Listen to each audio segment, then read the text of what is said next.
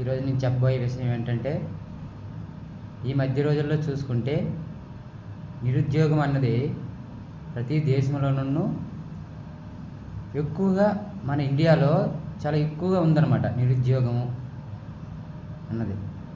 కాబట్టి యువత చాలా వరకు కూడాను ముందు చూపుతో ఒక బ్యాంక్స్ కానీ, లేకపోతే రైల్వేస్ కానీ, సిఆర్పిఎఫ్ కానీ, ఆర్మీ కానీ, ఇట్లా గవర్నమెంట్ సైడ్ ఎవరైనా ప్రిపేర్ అవుతామనుకుంటే ఓకే, ప్రిపేర్ అవ్వచ్చు, దానికి ప్రాబ్లమే లేదు. కానీ అట్లా కాకుండా ఏదైనా ప్రైవేట్ సెక్టార్లో సెటిల్ అవుదామా అనుకుంటే మట్టుగా ముందు నుంచే ఒక ప్రీ ప్లాన్డ్గా మీరు ఇంటర్వ్యూస్కి అటెండ్ అయినాం కానీ, లేదంటే ఎక్కడైనా అవకాశం వచ్చింది అనుకోండి, తక్కువ జీతంకైనా పర్లేదు, తక్కువ జీతంకైనా అవకాశం వస్తే ఫస్ట్ జాయిన్ అవ్వండి.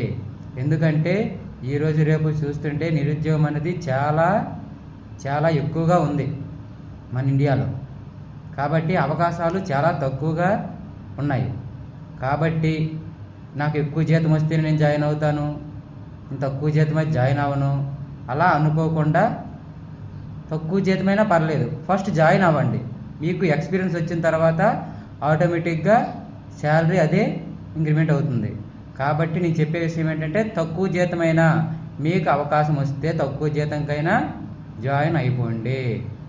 మీకు వచ్చిన ఆపర్చునిటీస్ మట్టుగా విడిచిపెట్టొద్దు.